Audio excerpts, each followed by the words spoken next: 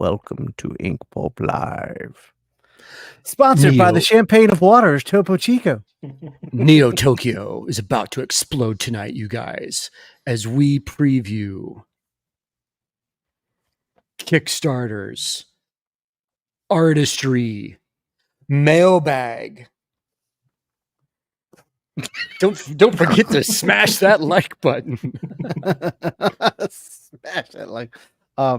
Yes, but let's start off just talking about your Kickstarter, Jim, because this is awesome.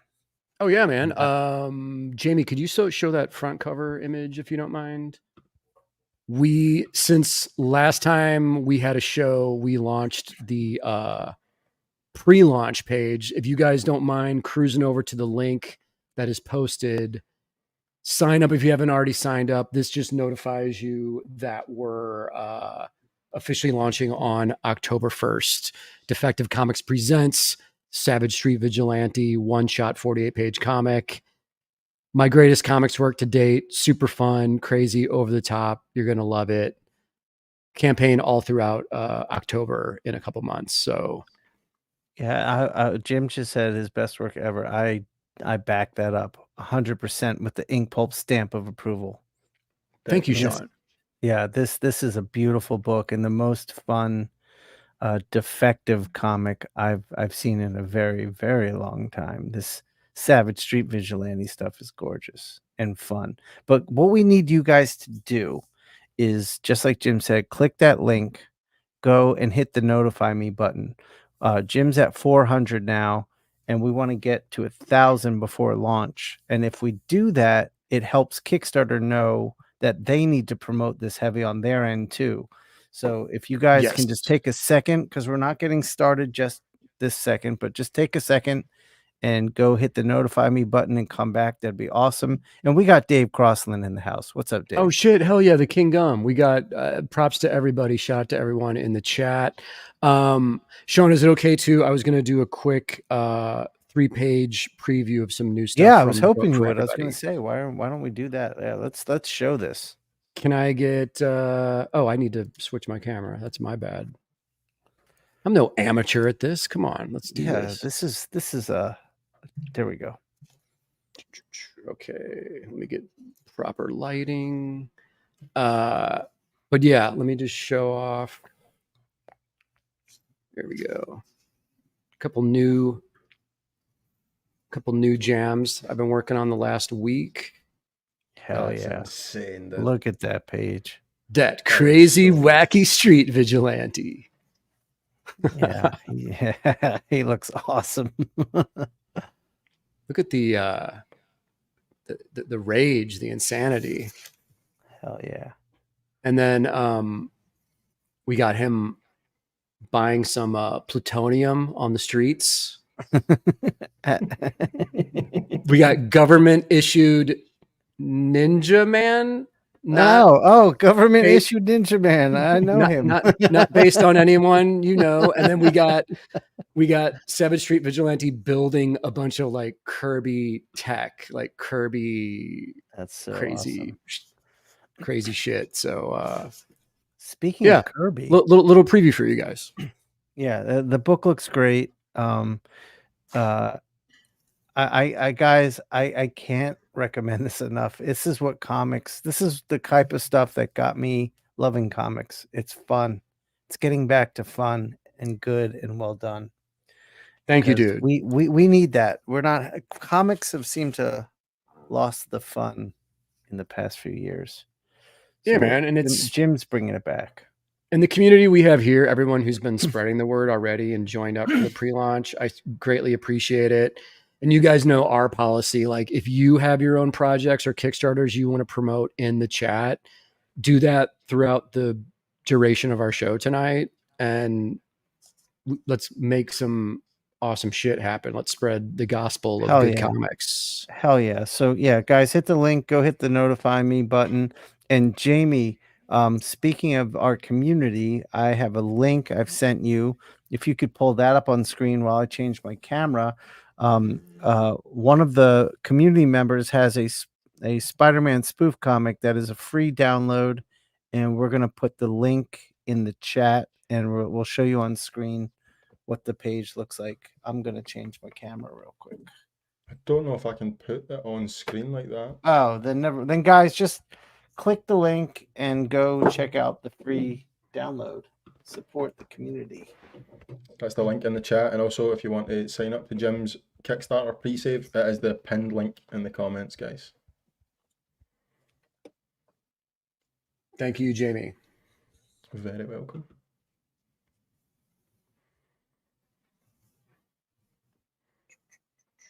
How is everybody doing on this Wednesday evening? It seems like we haven't done this in a while. Yeah, it feels like it. Right? It feels like a long time ago that Justin Stewart was here. I don't know, man. Yeah, but the thing is, it wasn't that long ago. It really wasn't.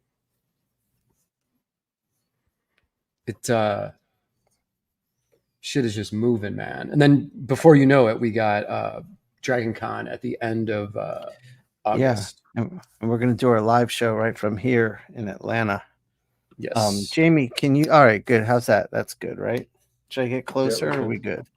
Yeah, it's good because I'll move around.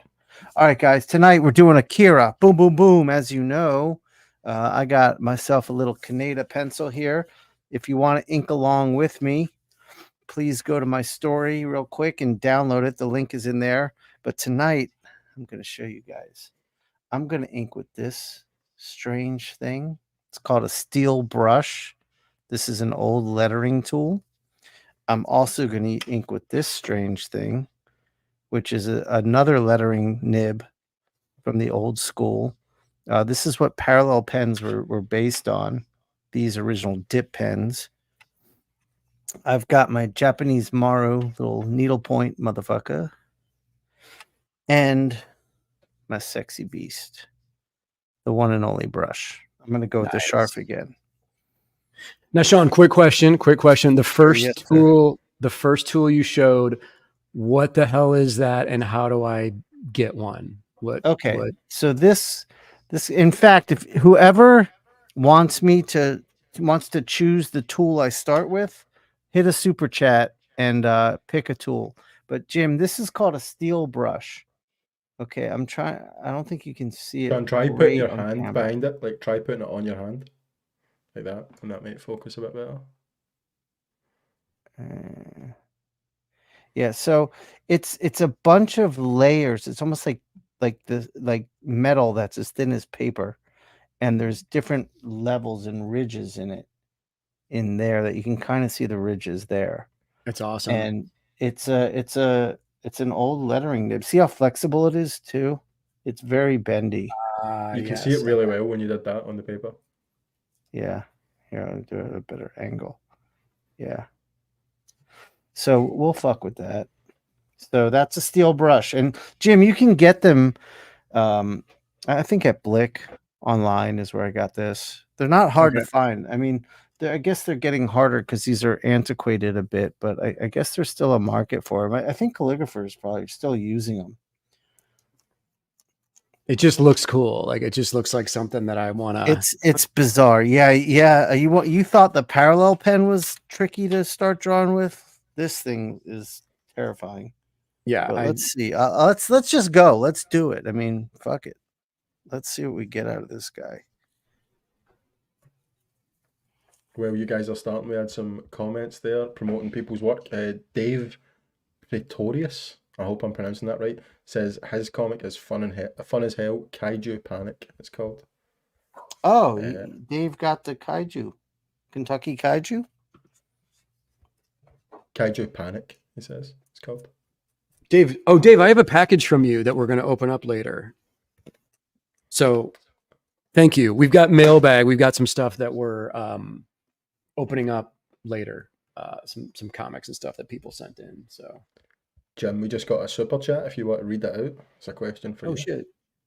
James Harrell, thank you so much, homie. Sup, homies? Stoked as balls for the Kickstarter. Any update on the project Jim is doing with Scotty Young and Sean? I want you to ink with the side of a credit card. My project with Scotty is on hold right now, just because we're both so busy with other projects. So I don't really have an update or anything on that, but thank you for asking though. This Kickstarter has kind of like taken over my life in a way, and I'm also doing a bunch of cover gigs for different people right now. So it's just been a nonstop kind of busy last couple months, man. I don't know what's You're going busy, on man, anymore. Jim. We also had a comment from West Coast Adventures, said, not a comic, but I did an interview with Bart Steele this week, going up on my channel on Sunday. So people should check that out. Who, with an interview with who? Bart Sears. That's horrible in my accent. I can't say that name. Bart. Bart Sears. Oh, Yes. Bart Sears. Hell yeah. Hell yeah. Dave, what's up, man? Oh, and Dave did a recent show interviewing the Piscor family as well that I really enjoyed that, Dave. Nice Oh, job. nice, nice.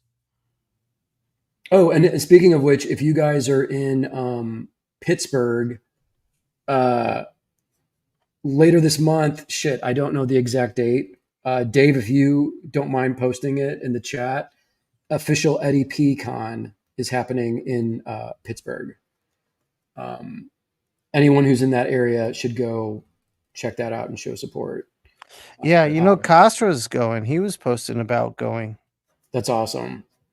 I really wanted to go. I just can't with my current schedule and with doing Dragon Con, you know. Yeah, it's Dave a lot. says- That's a lot. Dave said, thanks, Jim. It was great to talk to them. August 24th for Eddie P-Con in Pittsburgh. Yes. Oh, there Okay. you go. There you go. Yeah, it's the weekend before Dragon Con. That would be a lot.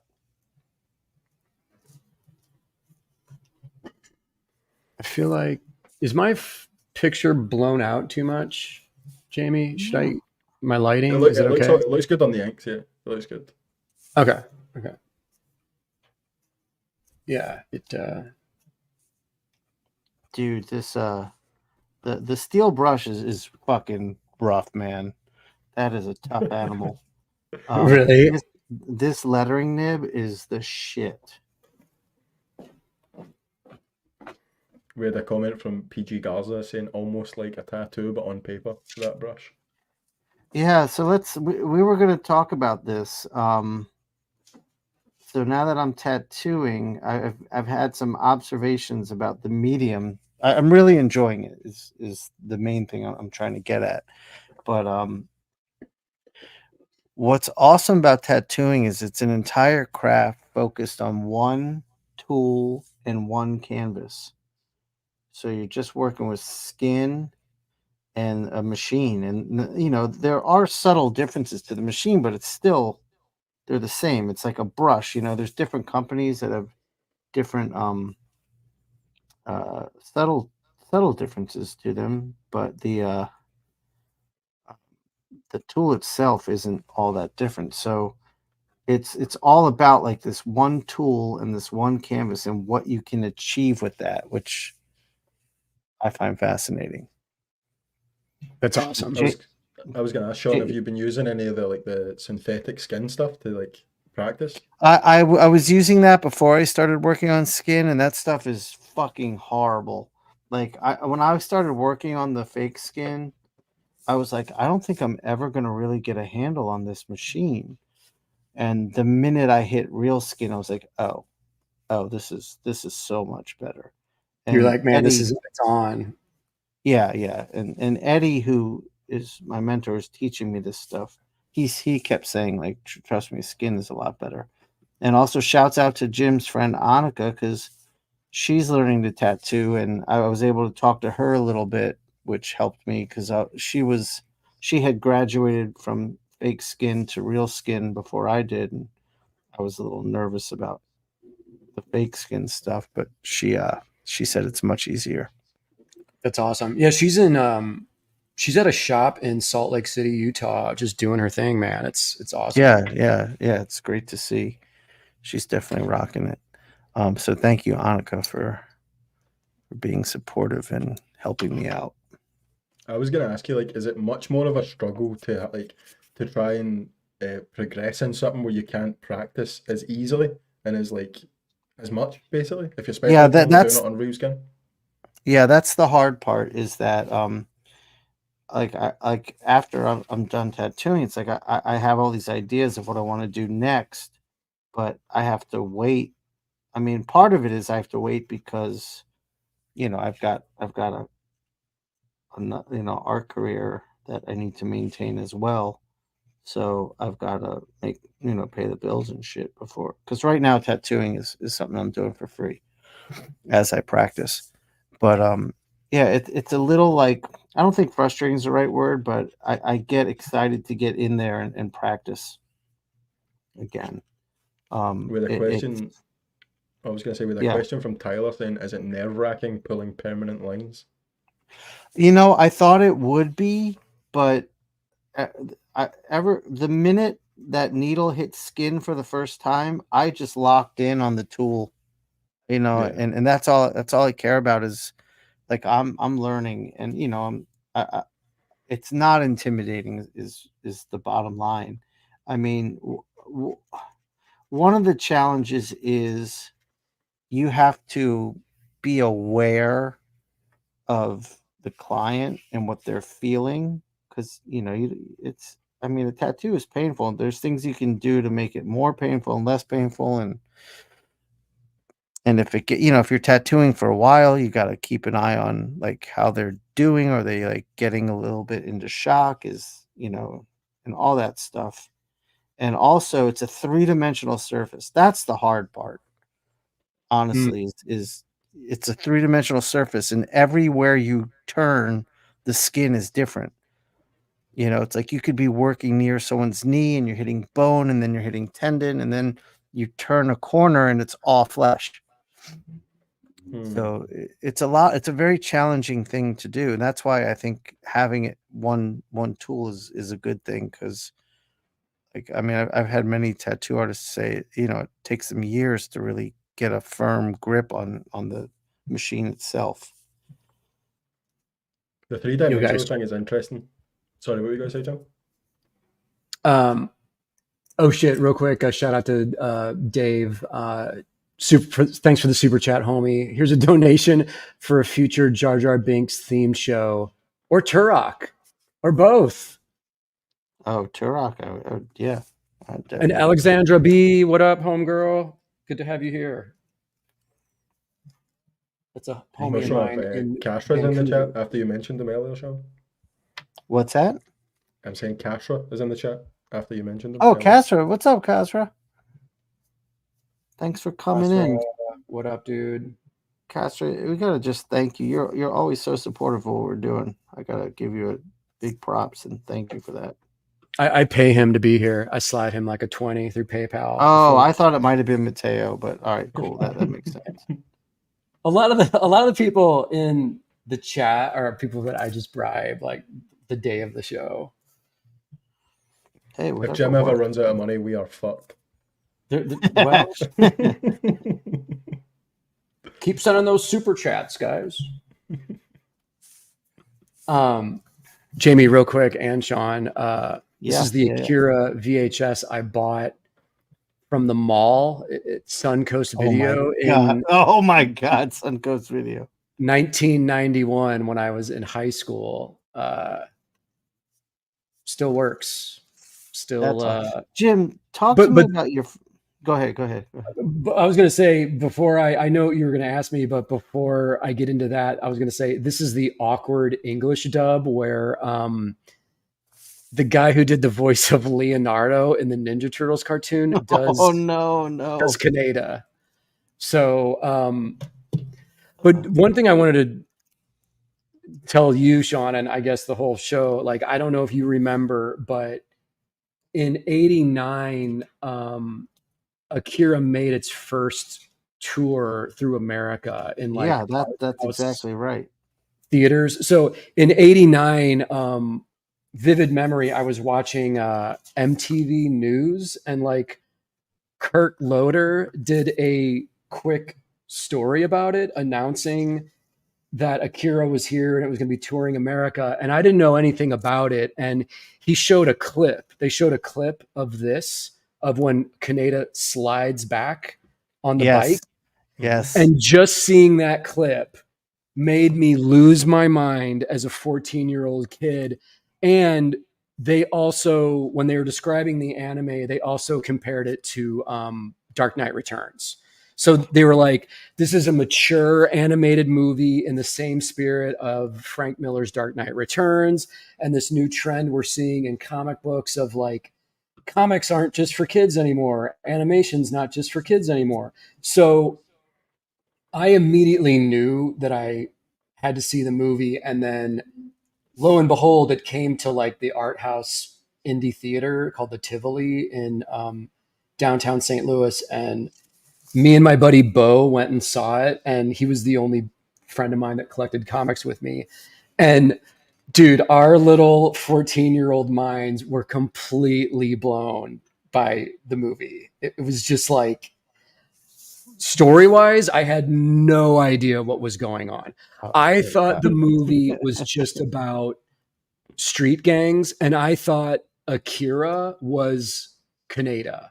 Yeah, I thought that too. I thought that too. I thought he was the main character, and it was going to be about him, and it was going to be kind of like Blade Runner-ish. And I was already used to like 80s violence and stuff like that. That wasn't shocking to me. I had already seen Terminator and all that kind of stuff. But when we went in and the movie started and it went from the street gangs to like the little mutant kids and everything, my friend and I, we had absolutely no idea what was going on. We did not know what we were in store for, man. It was so fun, but it was also like every 5 minutes we were both like whispering at each other, like, what's going on? Like, what is the story? Like, I have no idea what is happening. And now there's these little shriveled up mutant kids. Like, what the fuck is going on? Yeah, they're like old people kids. Yeah.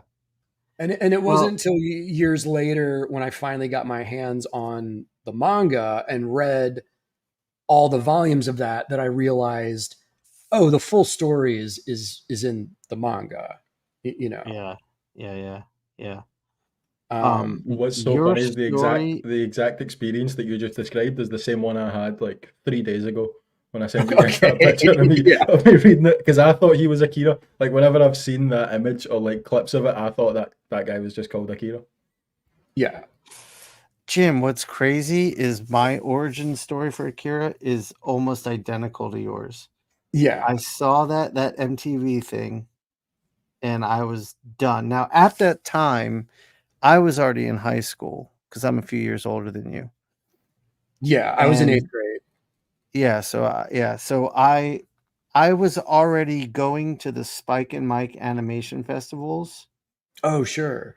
Do you remember those? Oh, completely, man. We would get super high and go to those every year. Yeah, exactly. So I would drag my like my high school friends who are not into nerd shit at all to these animation festivals, and they loved it because we would just get super baked. And they were like, this is crazy that this is being made. So when I saw the thing for Akira, I was like, we have to go to that thing. And it came to DC to that little art house cinema where I'd see all the Spike and Mike stuff.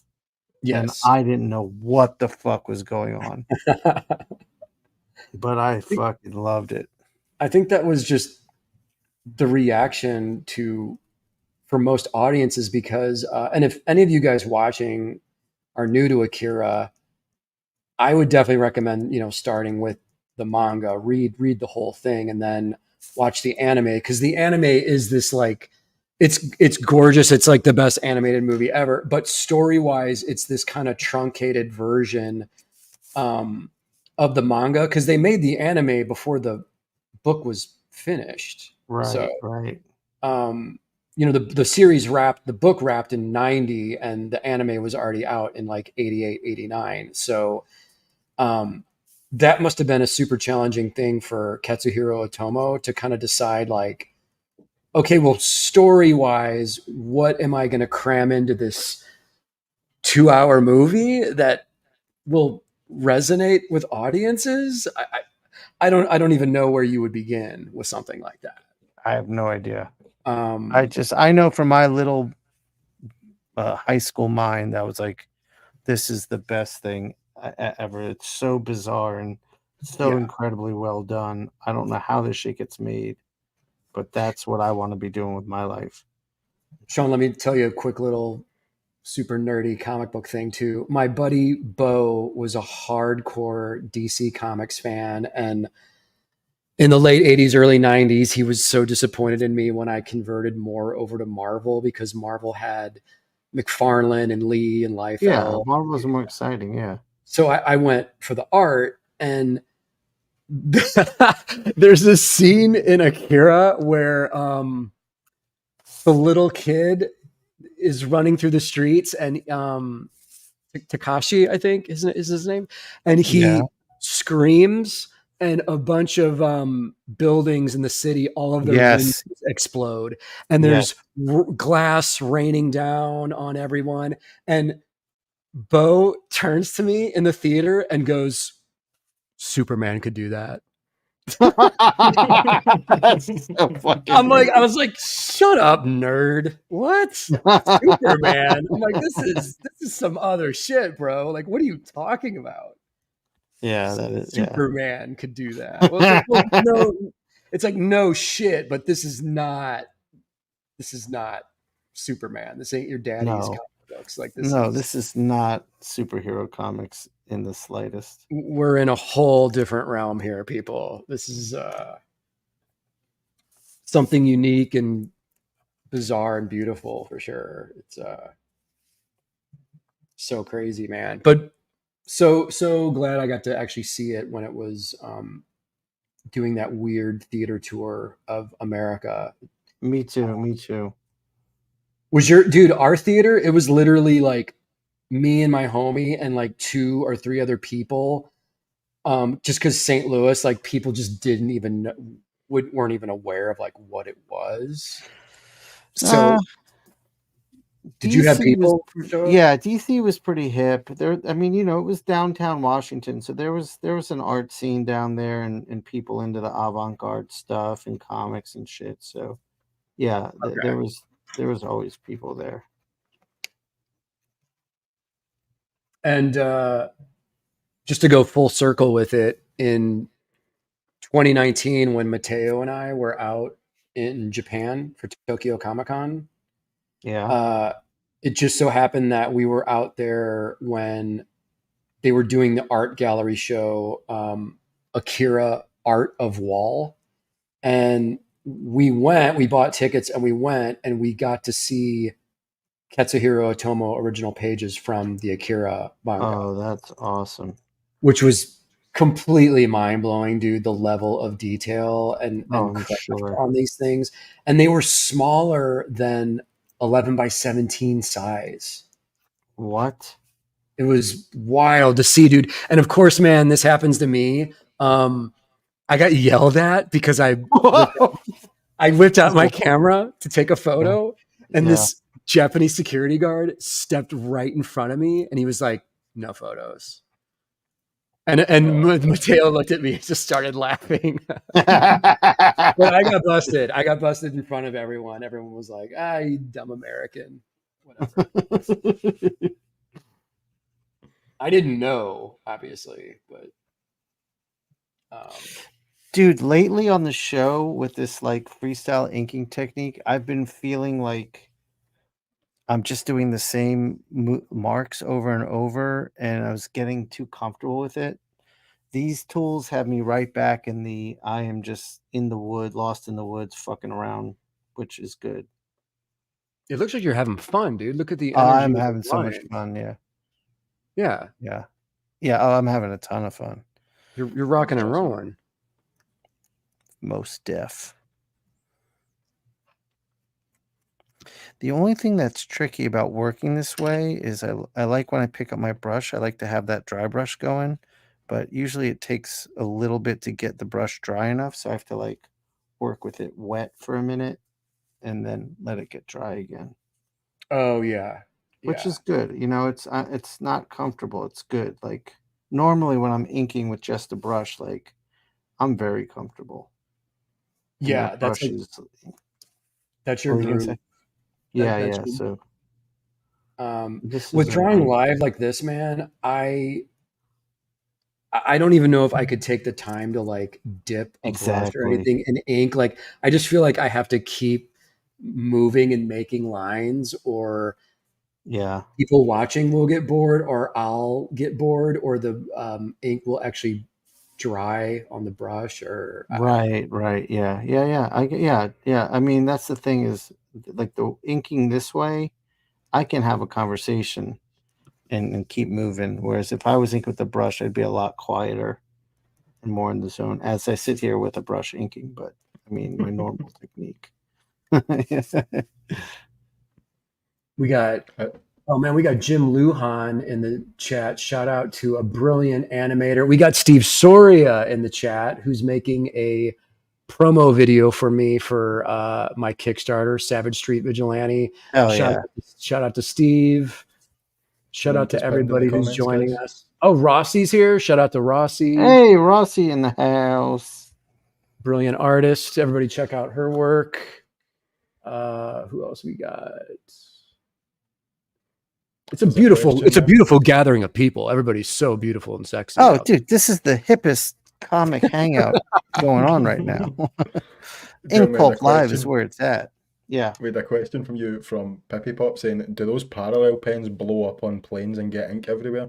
Heading to England in a couple of weeks and want to make sure.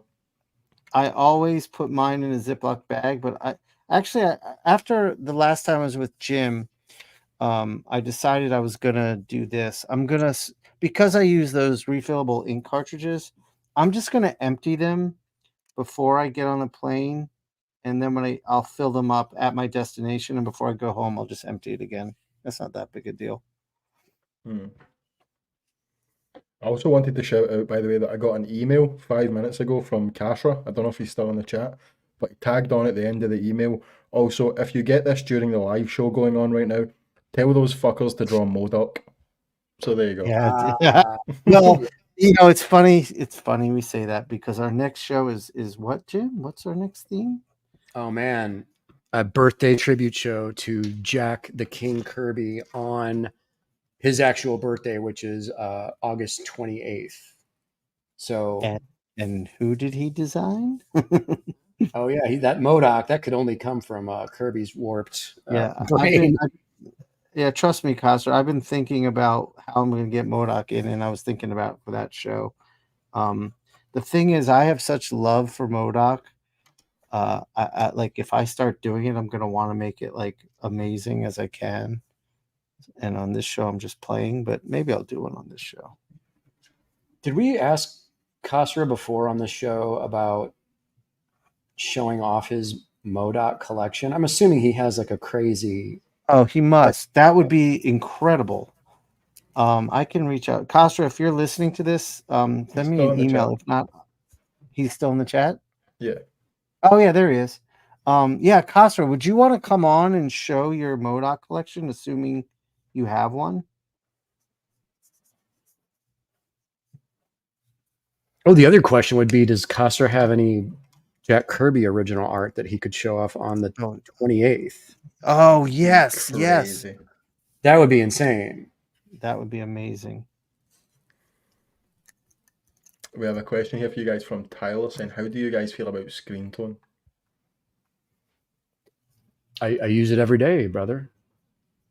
Big fan. Well, you don't know that I'm known as Jimmy the Screen Tone King of the Midwest? You don't know this? They just call you Jimmy the Screen. That's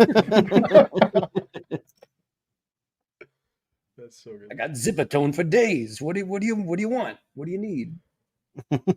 Jim, Ali is asking, what is your favorite mineral water? Oh shit, Ali's in the house. Oh my lord. Oh my lord.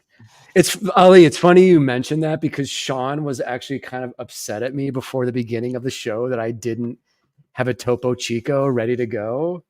Yeah, it's bullshit, Ali. I'm sitting here representing our sponsor, our unofficial sponsor, and Jim is gone. He's drinking. What are you drinking, Jim?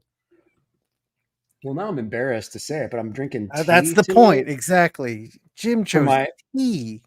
For my voice and throat or whatever. Oh, no. Like, are you getting precious on me? Sean was like, yeah, you pussy. Well, tea. Oh man. Jim, West Coast But I- Messenger says, didn't you get kicked out of Japan for buying all the screen time? I did.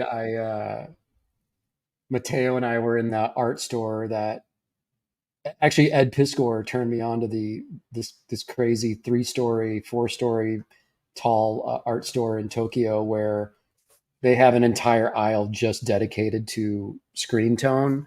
The Deleter brand over there. And dude, I bought like $500 worth of screen tone and I brought this stack up to the counter and everyone working there was like, what the hell are you doing? Like, wow, you really like the leader? How I'm like, yeah, I can't get this in the States, you know.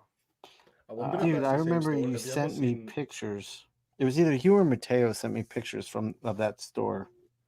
I was Yeah, gonna say, there's a video on Comic Shop's channel, Chris, of him in Japan, and he was in a store like that. I wonder if it's the same one. I yeah, remember it's watching that video. It looked insane. it's most definitely probably the same one because like everyone in comics knows to go visit um, that art store now. It's just everybody just sort of knows it. Like Ed Piskor, our boy, kind of blew it up by posting from there. And I mean, who doesn't want to buy analog screen tone? It's like the best. It's the best thing. Yeah, And then that's for Kafra damn got sure. back to us and said that his collection is basically divided 50% Modoc, 50% Sienkiewicz. Would be fun to show off the Modocs. Oh, fuck yeah. Kasra, I will email you. If you don't get an email from me by weekend, send me one. And that would be great. That would be fucking killer. Well, shit. Now I want to see your Sienkiewicz stuff, though, too. I mean, Yeah. Well, you know what? That's my guy. But That's Jim, here's what we're gonna have to do. We're gonna have to get Bill on the show with us, and Kasra can show us Bill's stuff then too. We can do that. And we can have Bill talk about like the process of all of it. I can reach out to Bill. Dude, that would be insane. I'm cocky enough that I think I could convince him to. I know you could. I know you could. I mean, shit. Dude, I convinced him to do a full painted Girl Scouts variant cover. Dude, that cover was incredible. I have to show that cover off. I'll be right back. Yeah, get that. That was incredible.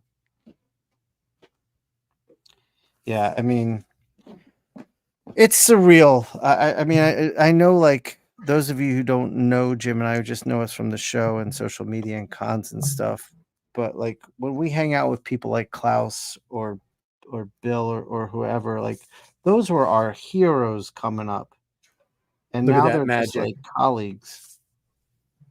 Yeah, dude, that cover blew my mind. That when ain't you sent that to me. That ain't digital. Let me bump up the light a little bit. That ain't digital. That is a full analog acrylic wash Bill Sienkiewicz painting, and he gave me the original of the line art of this image.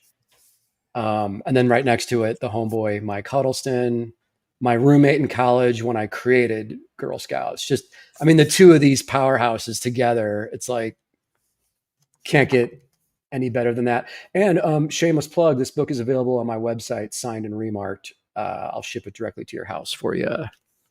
Yeah. What's that website, Jim? jimmahfood.com. But that was Magic Socks, that one? Yes, 2017.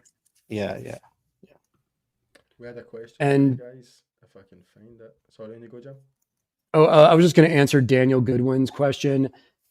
Yes, I'm going to have 5 pieces of original art available through the Kickstarter. I'm doing a 5-piece print set that goes along with the book, and I'm selling all 5 of the originals from the print set. And I'm also going to do a thing where I'll draw a Savage Street Vigilante on a book plate insert, and that's going to be one of the tiers. You can get the book with an additional drawn plate of the main character. So, Jim, that's gonna be a tier where you can buy an original piece that you're using in the prints. Yes. Oh, that's great. That's a great idea. Very cool. That's Just a supremely reminder, guys, great. you can sign up for that pre-save at the link that's pinned in the comments. We also had a question for you guys, if I can find it. From Michael Byers saying, are you guys using any reference at all while you're drawing? No, I just looked very quickly when I was penciling this. I just looked at the gun so I could see what that was, but that was about it. Yeah, What about you? I am using reference. I Googled Akira cosplay, and so I'm drawing from a photo of a kid posing as Kaneda, but his hair doesn't match this, so I had to like give it Kaneda's hair, and then I'm also adding the mouth with the pill going in it. I need to Nice. ask, see the cosplay picture that you're working from, is his gun that big? The gun's pretty huge. Yeah, I drew it too small. I mean, I realized that after I penciled it, but I was like, yeah, fuck it. I can show that's the reference of the kid. There we go. He built himself a huge gun. It's just like, Yeah, it's crazy. Steve Coffin says, I'm very quiet on the stream. you are just Is the that any volume better? of your, yeah. Cool. Yeah. I'll stay here. It's that international distance, Jamie. That's what it is. It takes more volume because we lose some going over the sea. Yes. We're going back to ideas from 50 years ago of like, we can't hear you, Jamie, because you're in another country. Gonna start sending pigeons over with my comments when I want to pitch in. That's the hot new technology, courier pigeon. So, Jamie, I wanted to ask you before I forget. Are you just brand new to kind of researching and discovering all the Akira stuff right now? Yeah, it's one of those things that I've always seen, just like in pop culture, like you always see it. Oh, I've sure. seen it around, I've seen clips of it, and it always looked amazing, but I never got around to actually watching or reading it. But I decided I couldn't do this show like a virgin on it. So I've read the first 6 so far, first 6 issues, and it's very cool. Okay. It's completely different to what I thought. Like you said, like not knowing what it is, I went in almost totally blind because like the Akira slide obviously is very famous, like that shot. That's pretty much all I've ever seen. So like going into it not knowing anything about the story and shit, very cool. Very cool story. Dude, it's the story itself in the book, it's such a complex, layered, multifaceted thing, critiquing so many different parts of society and authority and politics and drug culture and street culture. And it is a multi-layered, brilliant piece of work that I just can't recommend enough if people haven't checked it out. Like it'll knock you off your socks. It is a singular thing. Yeah. That was the thing when I read it. I was like, I didn't know how much of it I had to read to be at least up on it enough to discuss it casually.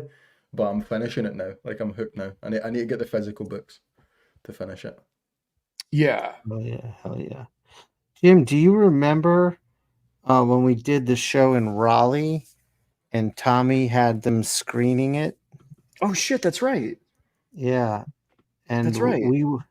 We just stayed for the open. Like I remember I had my kids with me and we hadn't eaten dinner and I think we ate some mushrooms. And we were like, we just got to go see the motorcycle gang. And I remember Zoe was like, as soon as the motorcycle gang, or it was Zach or Zoe, as soon as like that ended, they're like, can we go now? I was like, are you fucking kidding me? Like, that's what you're taking away from this? I know. Well, I mean, we were hungry, but it was one of those things of like, you have to see the intro. Like if you've never seen the movie, you have to see the intro with the music, and it's all shot at night and the lighting and it's so good. The tension that they build. And it's just like, I could talk about it forever. It's just an extraordinary piece of work. Yeah. I mean, that definitely changed my little mind, dude. And so when I met Steph, it was only a few years later. and my college friends, and I made them all watch it, and they Oh, were no like, kidding. yeah, they were like, "What's wrong with you? Like that is so disturbing." Like Yeah. the ending of it is so fucking visually disturbing. Yeah. Yeah. If you're not used to it goes so esoteric and it goes so, uh, sort of mystical that if you're not prepared for that, but also it's like, most Americans weren't used to seeing like that level of brutal violence and like Yeah, yeah, nudity. And, the one girl that's with Tetsuo, I mean, she gets her shirt torn off and she gets punched directly in the face. And yeah, when I first saw that as a 14-year-old, I was like really disturbed by some of the yeah. stuff in the movie. Dude, And dude, I had already started exploring like my fascination with horror movies, and oh yeah. I was like, Oh, oh, same here. I know gore. I've seen Friday the 13th. Yeah, I've but seen Tetsuo's transformation scarred me much more than any yes. film. Like that, I couldn't believe what was happening. That was horrifying and amazing. Yeah, it was like you couldn't take your eyes off of it in a way because it was Yeah. just something that your brain had not experienced. Our mind hadn't anyway up to that No, point. mine hadn't. Mine still hasn't. I've never seen anything like that. Like that shit is completely bonkers. See, when Yeah. it comes to the movie, would you guys recommend watching it like subtitled or dubbed? Ugh. Subtitled. Yeah, Subtitled? subtitled sounds better.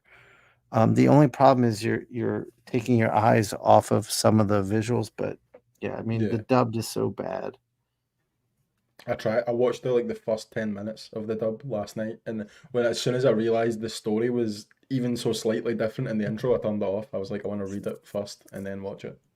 Oh yeah. Yeah, you're lucky you got that. That's great. You made the right move, man. Yes, you did, Jamie. It's dude, Sean. Another thing, I don't know if you remember this, but in that same era, like 89, early 90s, being able to pick up animated movies at like Suncoast Video and stuff like that. Before Yeah. I heard the term anime, people referred to it as Japanimation. Yeah, Japanimation. that's what I called it. Yeah, Japanimation. Japanimation. What? I've Yeah, never heard that. anime was much later. Yeah, that Yeah, was, yeah. dude. I remember I would go to Suncoast Video. That's where I got Ninja Scroll. Yes, exactly. Dude, that one fucking rocked my brain too. That Ninja Scroll was one that definitely crossed over where you would just meet people and they just knew Ninja Scroll as this like crazy, awesome, hyper violent movie. And Yeah, they might not have seen Akira or stuff like that, but a lot of people sort of knew Ninja Scroll, yeah, that's true. That's true.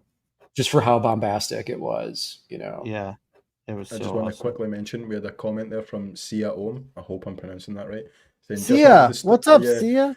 saying just wanted to stop by and say hi to Sean and the crew. Yeah, Sia's an amazing artist An from the amazing Top YouTube channel Cow as well. crew. Yeah, Oh, great YouTube Sia. channel. Yeah, Yeah, she's Sia's amazing. great. She's awesome. Yeah. She's working with my homie Joe Benitez. Oh, they're doing that book together? Lady Mechanica, Yeah. That's the one.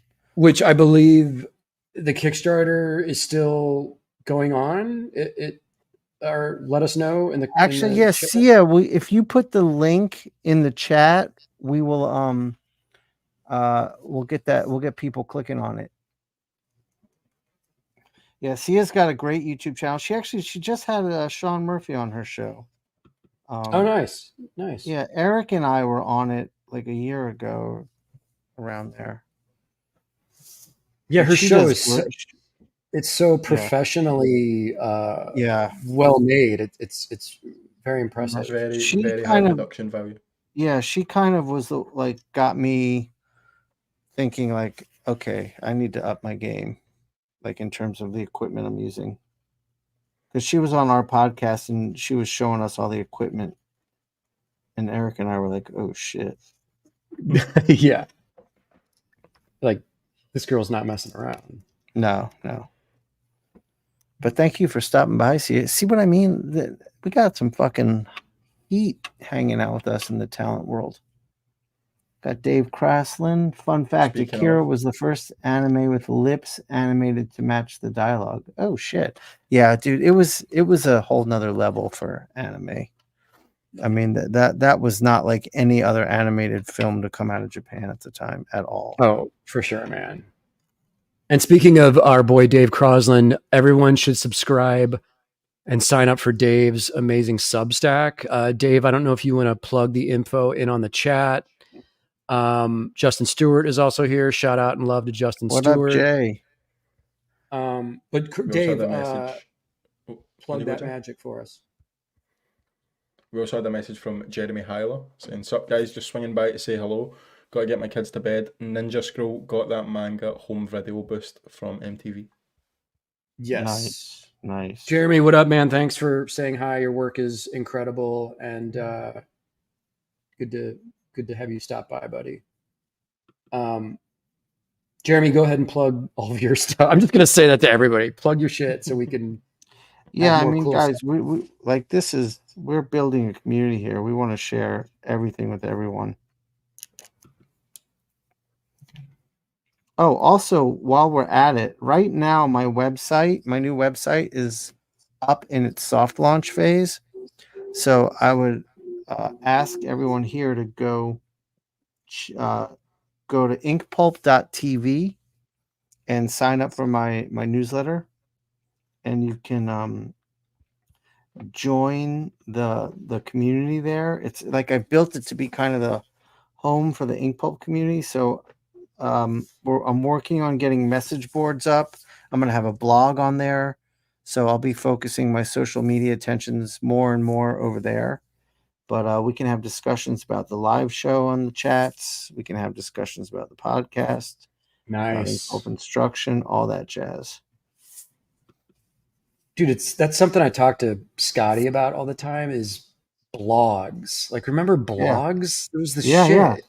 That was the shit, dude. That's where I discovered Eric's work. Remember he was doing 90 minutes drawing? Yeah.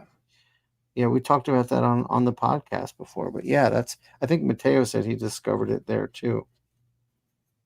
Yeah, it was just such a great and you know, I mean, the problem with Instagram and social media is everyone's looking at each other's work at the size of a postage stamp. Right. And so you're not getting really any sort of scale or any Right. epicness of like what the artist is actually doing in a way. That's true. But that's just and also you're not choosing what you see. I mean, when we had the blog days, you went to the blog you wanted to go to see the art you wanted to see. Oh yeah. Yep. Nowadays you're just subject. What's that, Jamie? Go ahead. No, go ahead. With a comment from Michael Byers saying that he has a book out right now with his pal, so he should definitely plug that in the chat. Yes. Sia said, "Going to make dinner. Great work, you guys. Love you. Night, everyone." So good night, Sia. Thanks, Sia. Thank you. Thank you so much for coming by. And we also had a message from West Coast Avengers saying, "Sean, I want to send you a copy of the Kirby zine before the Kirby show." Send me a copy of what? The Many Faces Kirby zine. What'd you say, Jim? Sean, you looked at it. We showed it off when you were here with Justin. The Many Faces of Jack. Yes. Yeah. Oh, that was a good book. Yeah. Oh, yeah. I'd love a copy. If you DM me or email me at inkpulp@gmail.com, I'll give you my studio address to send it to. Yeah, Dave and his buddy did a killer job on that book. So fun. Do you know what I've noticed? See words with R in the middle. See when I pronounce them? That's hard in my accent for you guys, like Kirby. Kirby is hard with a 2 tonight. I'm gonna start saying those in an American accent. What's your like? Do you and like your friends or do you have an American? Of course, accent. Dude. Of course. Is it okay? Before you do it, Jamie, let me tell you something. I don't want to do it, dude. I don't want to do it. Come on. Let me just tell you a quick story, real quick.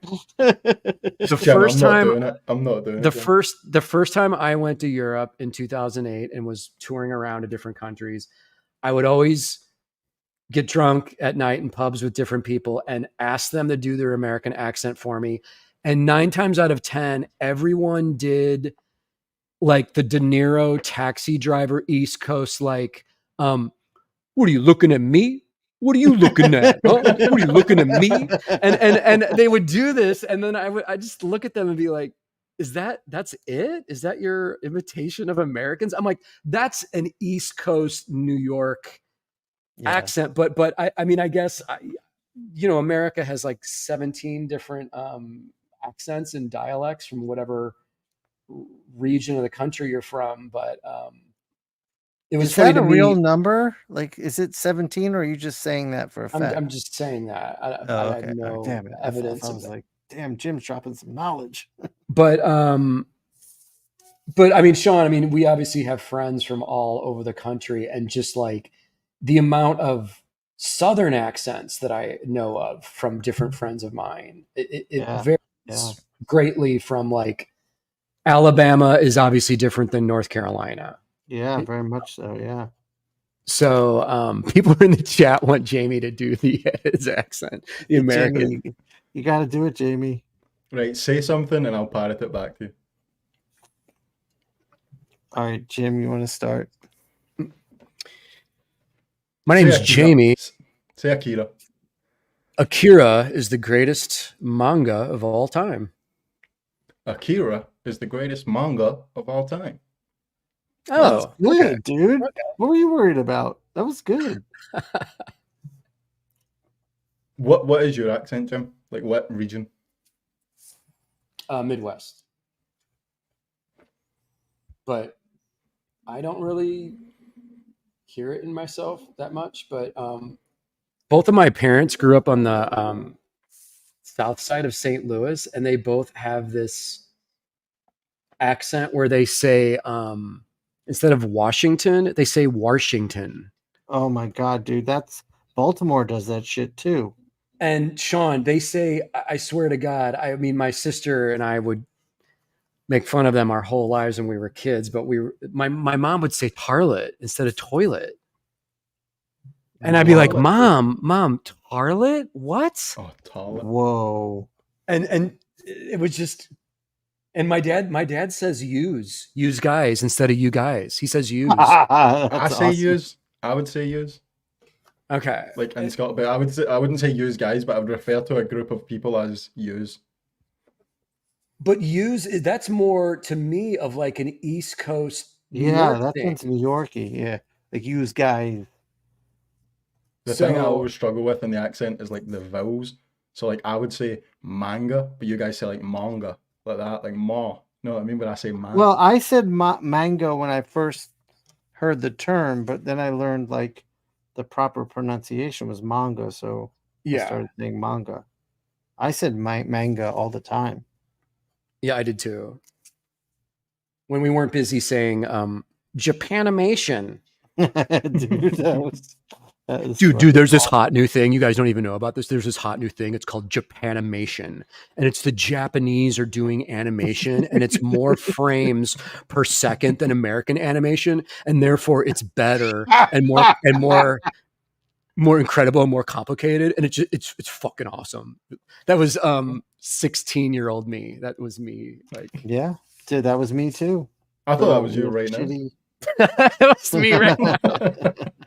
I thought you just discovered Japanimation.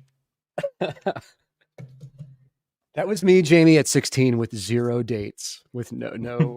I don't buy that, Jim. I don't buy it. Young Jim was a stud, and we both know it. Well, I appreciate you saying that, but yeah, Jim's always a stud. This is. I'm guessing this is going really fast for me. I haven't looked at the time or anything, but oh, dude, that's awesome. That looks great. Really in a groove. Here, I'll show you. That looks amazing. Close.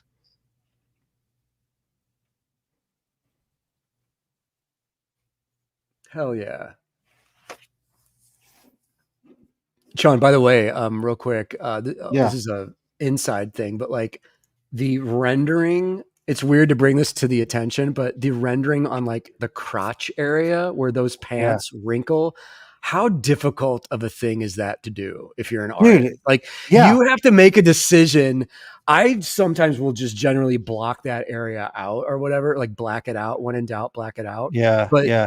every artist, if you're drawing pants on someone, you have to make a decision of like, what is the wrinkling of the fabric going to be? And Right. you know, Right.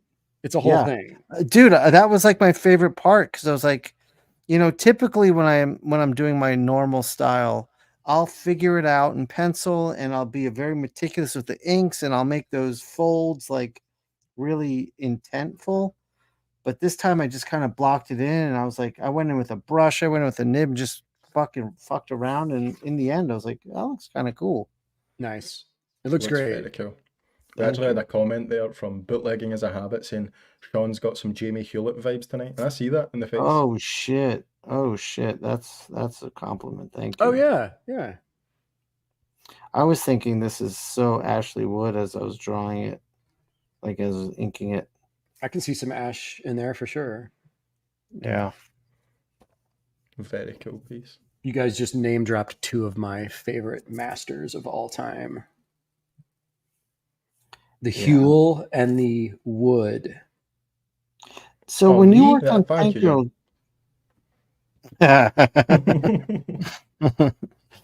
Jim, when you worked on Tank Girl, did you ever interact with Jamie?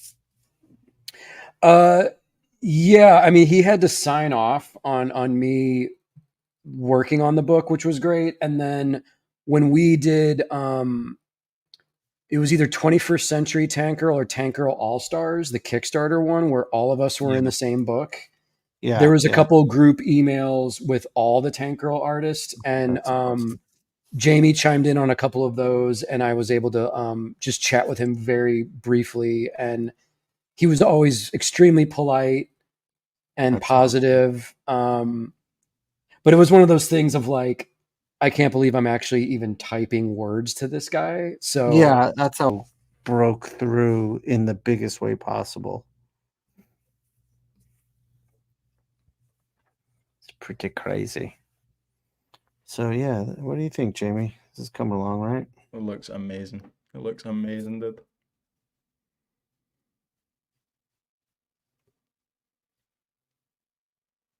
And I'm just playing with textures and marks in a way that I never do. This show has been great. I'm gonna actually do a collection, and we're gonna do an inkpulp live art book with all of the stuff we did on the show, and talk about the themes and stuff in the book too. So that'll be fun. Cool. Yeah, that'll be really fun. Comment from Johnny Makes Comics. Good morning from the Philippines. Hey, what's up? Oh, it's John Moore. What's up, John? Yes, indeed. How are you doing, brother? Jim is trying to get back in at the moment. Fear not. What did he say happened? I just said all good, and he said, "Can you let me back in?" So I don't know. Oh, okay. I sent him the link, so yeah, we'll have to give him some shit. I might need to send him another one. I'm in the waiting room. I don't see a waiting room, Sean, do you? Well, you would see it, not me, but yeah, it should be at the bottom. Like whenever I come on, there's got to be a way to see it. I don't see him there.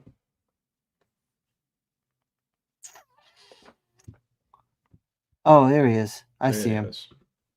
There he is. Yo, Jim, what happened? I don't know. It just cut out. It was like StreamYard kicked me off for do you think Jamie Hewlett was listening? And he was like, yeah, definitely Jamie Hewlett was listening. Like, fuck this. He's like, fuck this guy. So anyway, it's all ones and zeros that we're depending on for this to happen. That's true. But yeah, it like I was saying, I mean, it was just crazy to even have interactions with Jamie and Ashley Wood as well was like always super cool to me. And Ashley was the one who introduced me to these Pilot parallel pens. I think I told the story already, but this was like, Yeah. I didn't really know about them. And he, in 2007 at San Diego Comic-Con, he saw me using a shitty felt tip pen, a shitty felt tip calligraphy pen, and whipped this thing out and was like, dude, this is what you want. You want these crazy Pilot pens. So Hell yeah. that was a game changer for me, for sure. That's awesome, dude. Yeah, I mean, Jim, you know everyone. No, I mean, well, you know a lot of legends. Back when I was having dinner with Frank Miller in the early 2000s, and he's not lying. He's not lying either. He did it. He did have dinner. I did get to have a couple meals and drinks with him, just because he was such good friends with Bob Schreck, and Bob was my editor at the time and really good buddy. And just those New York hangouts with like Frank Miller, Paul Pope. Name drop. Just all ridiculous. And even at the time, as being a young, naive kid, I was like, what the hell am I doing here? This is fucking crazy. I still think that when we're like with like a legend like Klaus or something. Yeah, me too. And dude, Sean, you and I both definitely had it in Italy last year at Como. Oh my God, yeah. Where we were just like, oh my God, dude, Liberatore. And yeah, have I told that story on here? We did. I think we told it on the first or second episode. But yeah, dude, I look at that picture like at least once a month and just laugh to myself because it looks like we're old friends. I know. Me, you, Milo Manera, Liberatore, and then that was it. Being in the buffet line with Bisley and Kevin Eastman, and just amazing. And dude, there was a great moment with Kevin Eastman during that convention too, where I was walking to the bathroom at it wasn't even a convention center. It was this gorgeous, exhibition hall where the convention was, where OAX was. And I'm walking, and all of a sudden I look over, and Kevin Eastman's walking alongside of me, and he looks over at me and he goes, "Here we are, Jim, just two good fellows walking to the public bathroom together." And I was just like, "Oh, okay, yeah, we're let's go take a pee." That was at Como, right? Amazing. That was Como, yeah. Yeah. One of the greatest. I was going to say, we had a question from Erwin Papa saying, are these drawings up for bids, if you want to update the people? Not on my end, because I'm saving all this stuff for Dragon Con. Sorry. Yeah, that's what Jim and I are doing. So we're going to have these all at Dragon Con, and then we'll put them on our site, whatever doesn't sell. So yes. We'll be announcing that after Dragon Con. What Sean said. They'll be available. Definitely. Speaking of Dragon Con, Jim, do you want me to show any of those pictures? Yes, please. Let's Justin Stewart was kind enough to come up with a Dragon Con promo image for me. With a blatant look at this blatant advertising with a blatant ad on the side for my Kickstarter. You guys, this is how you got to hustle. You have to dude. You have to shove your work down people's faces at all times. Take every opportunity, do a QR code. People aren't going to remember dates. They're not going to remember specific things. You always have to hit them over the head with everything and spell it out for them. Justin, thank you again. Dr. Pastrami always comes through, always with the freshness. And Sean, I don't know if you saw this, but this week, Justin Stewart posted a photo of himself posing with Jim Lee. I did see that. In Kentucky. And so I hit him up and I'm like, listen, bro, if you're not too busy eating sandwiches with Jim Lee, like, can you Can you help me out with some? Dude, how did they get Jim Lee to assigning? Like that must have cost the shop a fortune. I don't know the details of it, but It was like, whoa. I don't know if Justin wants to reveal too much information in the chat. Yeah, I don't need to know. But Do you want me to show the other? Do you want me to show the other one as well, Jim? Oh yes. What else did we have? I'm sorry. We had It's the Godzilla. Godzilla. Yes. Just a little future hype, you guys. Godzilla covers for Tom Scioli's new Godzilla series. Nice. Drops first issue in October. This is my cover for the second issue. Drops in November. Monster Piece Theater with Godzilla and The Great Gatsby, I believe, is the series. It's such a Tom Scioli thing. It's like super awesome, super weird. Yeah, it sounds great. So I'm stoked to be part of it. And Sean, lo and behold, shocking news, but my editor, Jake Williams, I'll give him a shout out at IDW. He's actually an editor that knows what he's doing and is super competent. Nice. That's awesome. That's rare and awesome. Very rare. All right, so I'm done, if you can believe that. I think you still have another thing to show, don't you, Sean? Yeah, I do. That's what I was gonna say. I got some stuff to show. So we're having new floors put in the house, which meant we had to like dig everything out of all of our closets, and I uncovered old portfolios, and I'm gonna show one of them a week, I guess is how we'll do it. All right, so Jim. All right, let me back up. What is this even going to be? There's going to be some madness going Sean, on. you know what a good job we do rehearsing this show ahead of time. It's hours and hours of prep and pre-practice, and we script this entire show out. You're throwing me off, dude. You're throwing me off by whipping this fucking portfolio out. Like I have no idea what's going on. Yeah, you have no idea what you're going to see. But okay, so this is from. Let me see if I can find a year on something. Shit. Oh wait, here. Where's my signature on that? Oh shit, dude. Oh, okay. All right. So this is from probably 2004 through 2006, maybe. So this is I looked at this, and I mean I can see my development, but this is bad. Like the work here is bad. And I was 32 or 33 at the time, probably. So, all right. So the first thing we got.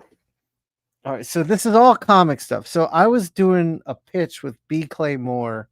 We created this character named Bob Rocket, and this was going to be one of the aliens. And I also had to do I was teaching at the time. I had to do a marker rendering demo. So I did that. And then I did a color one that's so bizarre. Wow. What the fuck is that? That's so cool. All right. So then. I like the coloring on that. You can't tell that that's your work at all, really. Okay. All right. So let's get into some comics. So speaking of B. Clay Moore, Hawaiian Dick was getting hot and getting options. So he did an anthology, and I did one of the shorts. Oh, wait. Here's the frog in inks.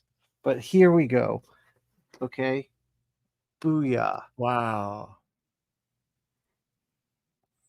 It looks good. I like it. The high contrast. I'll stand by the compositions and the storytelling. I think they're solid. And I hand lettered this fucking thing. It's so bad. Oh shit. Okay. But the compositions are good. The drawing is fucking weird. Dude, I love that character pointing the gun in the lower left. I was thinking the same thing. Dude, that's straight up underground comics. That's awesome. That's so cool. That's a really good. Yeah, well, this is what I was doing, man. This is all inked with a brush? Yeah, this is all Raphael. Okay. So yeah, you can see it's this short story in Hawaii, this Hawaiian Dick story. Dude, look at this. This looks like a Harvey Kurtzman drawing. Oh wow. Yeah. I mean, like I was happy. Like there was some good use of blacks on the bottom of the page. Like I was happy with that stuff. It's funny you're showing this. I'm just trying to wrap my mind around like your evolution and your. Yeah. But dude, your inking even back then, like your inking is super tight. The inking is on I point. mean, yeah, like that, all that open line work, that's all brush. Wow. And this is from 2004, you said? Yeah, about that time. Yeah. Okay. Yeah. Yeah. So then, you know, I did a little tiki ending. So Sure. that's my Hawaiian Dick short. I don't know what's next. Okay, so then this was This is cool.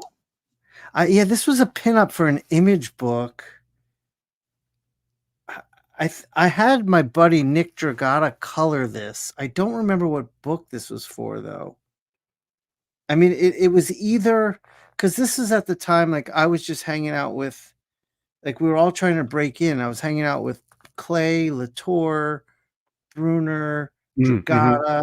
I was hanging out with Tony Moore, Jeremy Hahn, like that whole Kansas City crew. Yeah. Yep. I don't remember what this was for. Oh, this was a pinup. Do you remember this book, Jim? This was Jason Latour and B. Clay Moore's Expatriate. Do you remember that book? Shit. Yes. This was a pinup for that book. All Dude, right, that's dope. The design, hold on, stay on that for a second. The design of that's awesome. The actual ink feathering and rendering is super tight. That the Jason Pearson vibes for sure. Yeah, on that definitely. line making, and then that shadow coming down from his neck onto the shirt. That's great. All right, well, thank you. This was for Clay and Clay. Remember, he did a book with Jeremy Hahn called Battle Hymn, which was like their take on like the Silver Age. So this was their Namor like character. Oh, awesome. So okay. Pin up for that book. This was Bob Rocket. This was the book Clay and I were pitching. It was like Frankenstein from space. And like, dude, I like that. Dude, this book was so. I'm going to show you pages in a minute of our pitch. Dude, Sean, real quick, by the way, this is not a diss, but that's the smoothest grizzly bear that's ever existed. Oh, I know. It looks like an oil. Yeah. Been swimming in conditioner. Me fucking around with. What'd you say, Jamie? Been swimming in conditioner, I said. Yeah, exactly. Yes. Yeah. This was me just doing Nightcrawler for fun. Wow. Look at how weird I was drawing. The shape is so cool. That's like, I would not recognize that as you. No. Okay. Oh, so then I did a short story for Clay and Jeremy's Battle Hymn about one of the characters. Now this I inked entirely with brush pen to go for a rougher, different look. That's great, man. This was like a mark. The texturing on like with the snow and go back just real quick. I just want to see the panel above the boots with the city shot with the church. Yeah. Wow. Yeah, this is around the time I was spending a lot of time with Darwin Cook. Like, I was looking at his work, and then I would send him my work, and he would give me notes. But you can see here, I was using a really chunky marker. Yeah. Sean, you're getting lots of compliments on that boot panel, by the way. Oh, am I? Yeah. Well, I said I stand by the compositions and the storytelling. The drawing was just wonky as fuck. So this is the end of the story, and I made the little kid in the story modeled after my daughter Zoe at the time. Nice. Look at how cute. Little Zoe. Baby Zoe. You got some Sin City vibes with the bong bong bong. Totally. Yeah. Absolutely. All right, now Bob Rocket pitch, baby. So this is Bob Rocket. He's the shape of him I still love to this day. But look at this weird, like, he's just like tumbling down this hill, knocking through trees and shit. That's awesome. Yeah. Wow, the negative space, like what? Go back. What's going on? Yeah. Okay. Yeah. So this gets into his origin a bit. So he lands and he goes into this cabin and meets this like mountain guy. and he's like, "I'm friend," but the guy shoots him anyway. Wow. That And bottom yes, that panel was like is my sick. glamour shot of Bob Rocket. Yeah, wild stuff to see, man. Oh, Oh, shit. and then we I got drew Savage Dragon. dude. I drew Bob Rocket fighting the Savage Dragon. Holy shit. Okay. The rendering on Dragon's arms, like the shadowing, the rendering is fucking incredible. That pose is super gnarly. I don't know what's like, he has no vertebrae, but yeah, it's ridiculous. It's so bad. but dude, the arms themselves though, like, it's awesome. It looks great. Now this was a pinup, a pitch image. I started a graphic novel at Oni with Andy Parks writing called Blood Red, and this was for that. Nice. This right here is Bob Rocket origin story. I don't even remember what happened. I think Clay just flaked out and we just stopped. But so Bob Rocket was the Frankenstein dude, but we started off with the story of who he was before that. Dude, look at this retro ass sci-fi shit I was drawing. Wow. That's But Bob so Rocket cool. was like this cannibal Conan in space. Dude, that crack sound effect is fantastic. That's awesome. Thank you. And the panel above it is great too. That's like almost like a Dark Knight Returns kind of. Yeah, that's totally that. That's totally that. And then here's space, I'm drawing all the space shit. And so they get dude. Look at I was looking at this. That hologram came out kind of cool. You can kind of see through it a little bit. Yes. At the table, like here, you can see it better. That's awesome. Dude, look at I was so proud of this when I drew it. Oh shit. Yeah. That ring, how he did the stippling over here and it became the meteors as it wrapped around. Dude, only people inking their own stuff know this, but that's like a whole afternoon just doing those little asteroids. Yes. Oh god, yes.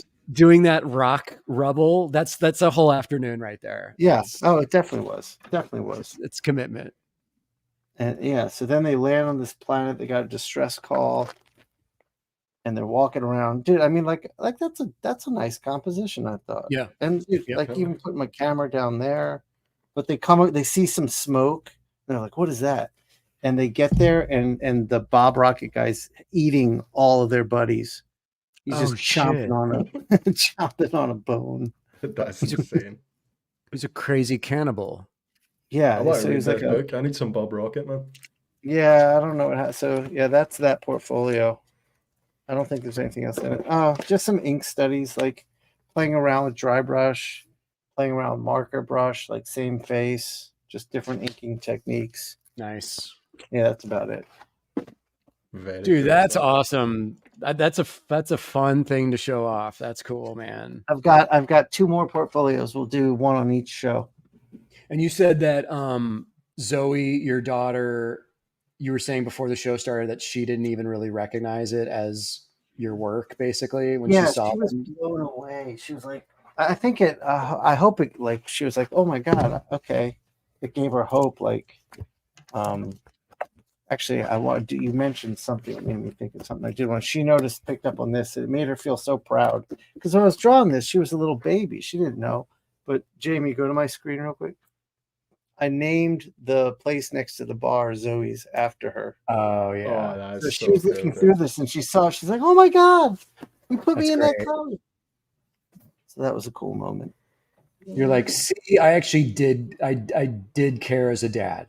I cared at one point. Yeah. Yeah. Sean, we had a question from PG Arza asking, "Is the portfolio 18 by 24? Can't tell from video." No, it was 11 by 17. That was all 11 by 17. Yep. Crazy to go through old work, man. Right? It's just you try and put yourself back in that like mind state and what you knew, what you didn't know. Yeah, totally. I mean, I remember back then, like I wanted to get to a point where I like what I like that rocket raccoon painting I just did. Like that's where I wanted to always get to, and now I can do that. So Oh, yeah. seeing that reminds me of how far I've come. Yeah. Oh, dude, seeing like your new painted work and like your new painted Spawn cover. I mean, that's like the level up that you want as an artist, you know.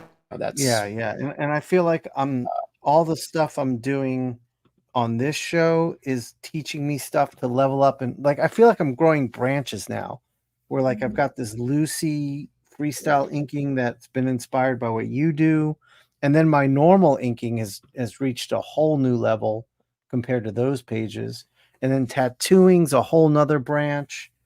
oh And yeah. I'm That's like I'm growing all these branches right now and exploding. it's great.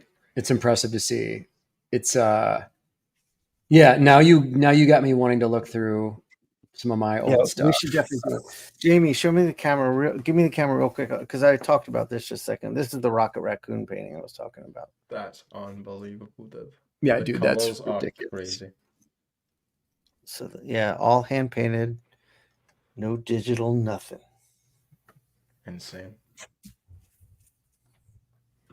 How we doing on time? Oh, let me open up what we got in the mail. Yeah, wait. Well, Jamie, one more sec. While Jim's getting that, I want to show one thing. This was the study for the rocket painting, so I started doing these. Lets me play with the palette and the values a little bit before I get onto the page. All right, let's show Jim. Michael We T was got- asking, is that for Snap? Yes.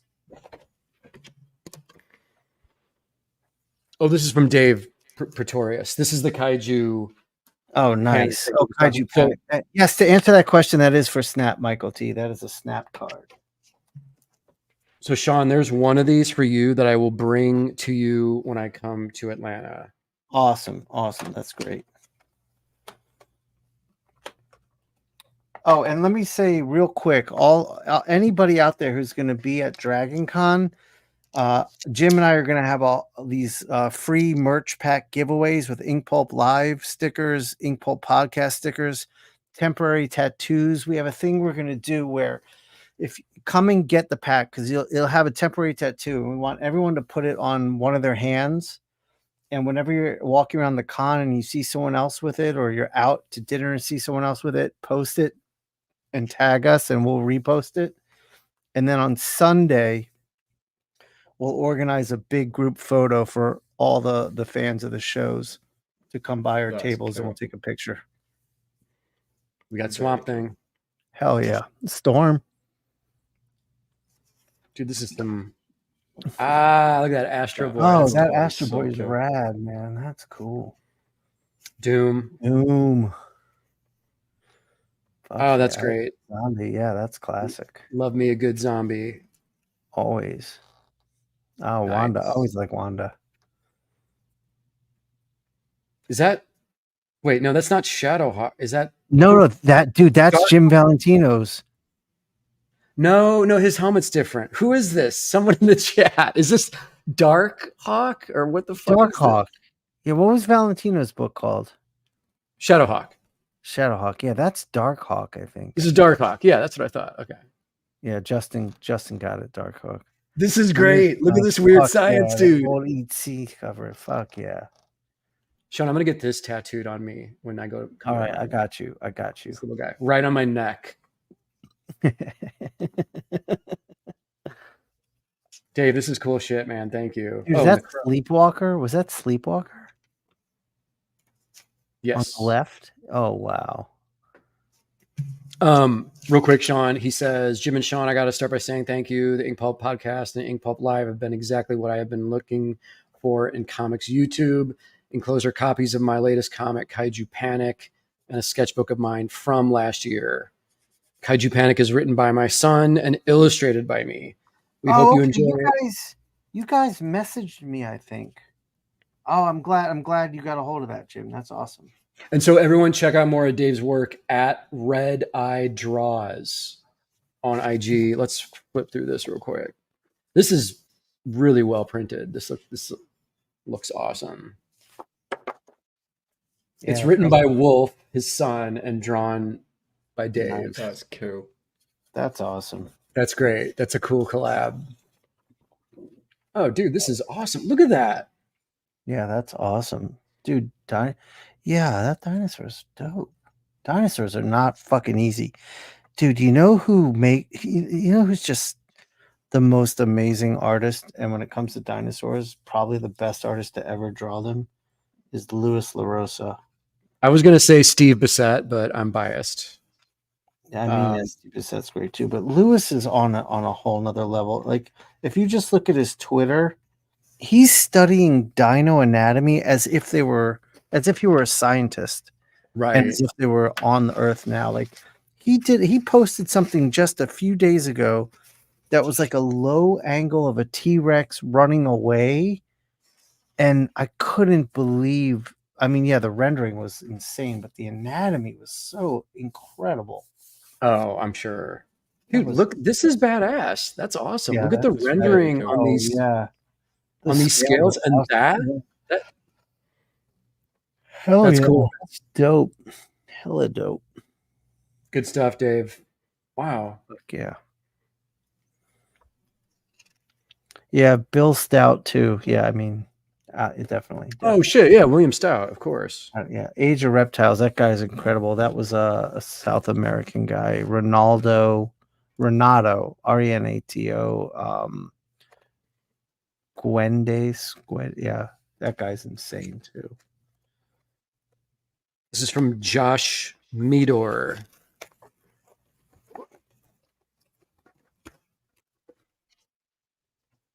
Just as I suspected, nothing but pornography.